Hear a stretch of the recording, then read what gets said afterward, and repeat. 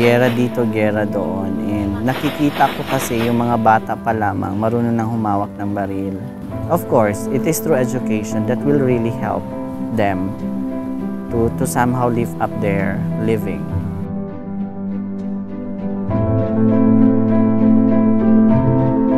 Doon ko naramdaman at nakita yung trauma ng mga bata. Dahil biktima sila ng bomba, ng bombing.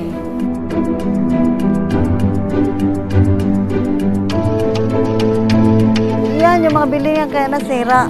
Kasi natamaan na ito ng mga mortar noon. Takot dito ang mga tao na mag-stay dyan. Considering the peace and order situation in our place, I thought na hindi kasi yun dapat hadlang para tumulong sa sarili kong lugar.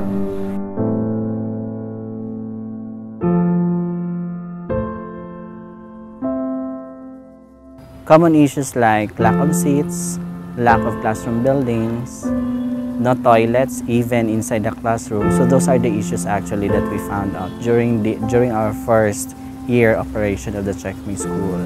Check My School Midsayap was actually started 2011. We do monitoring. We do data updating of the different schools of Midsayap, and Midsayap has 72 public, both elementary and secondary schools. Base sa survey ng barangay at sa survey na ginawa namin before na establish ang school, kung may gagraduate na 40, mabuti na kung may 25 na makatapos ng high school.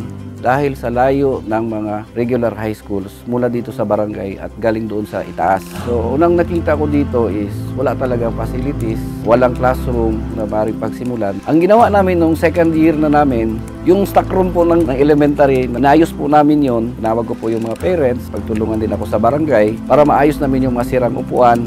Pero dahil lumalaki ang enrollment, nagiging masikip po ang classroom kasi yung classroom ng elementary, 6x5 ata. So, dapat sa high school kasi 7x9. Noong first year po kami, doon po yung panalan namin. Tapos ang init, tapos pag maulan, maulanan yung tanan. Tapos init kayo, kahit among ispilahan. Gulay, dili ko siya, dili siya jealousy. Daghan kayo mi, pag first year, pag 80 mi ka po, ay 80 plus. Tapos isa ra ka classroom. Pag third year, mora Japon, misamo tinog kagamay ng ispilahan. Init kayo, kay naana may mga transferi, daghan jud.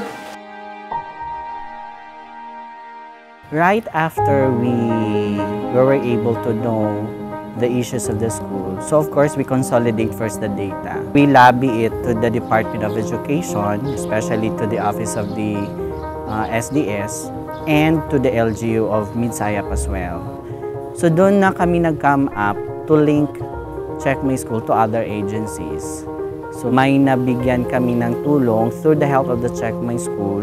It was actually funded by the United Nations Development Program. Nabigyan ang isa sa mga school dito sa Midsayap ng classroom building, armchairs, TV sets, computers.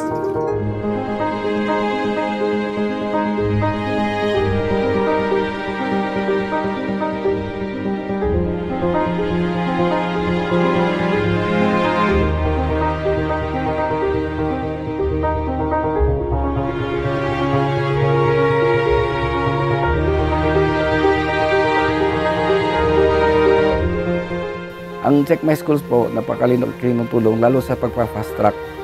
At saka namumonitor ng Check My Schools kung yung talagang dapat paglaanan o pagbigyan, nakakarating talaga sa kanila.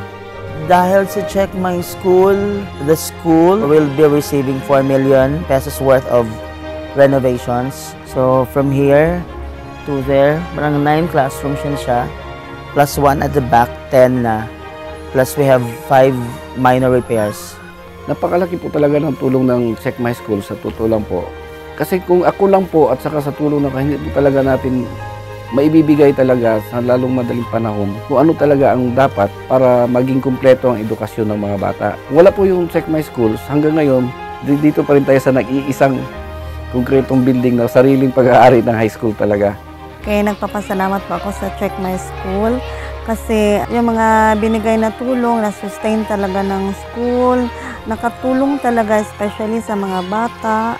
Kasi nag-increase ang attendance, saka yung absences na lesson din. Naging successful talaga yung contribution ng Check My School sa bata at kahit pa paano makikita mo na nawala yung takot nila sa heart nila, nawala yung pangamba nila sa puso nila dahil may nagbigay ng tulong para sa kanila, lalong-lalo na sa mga bata.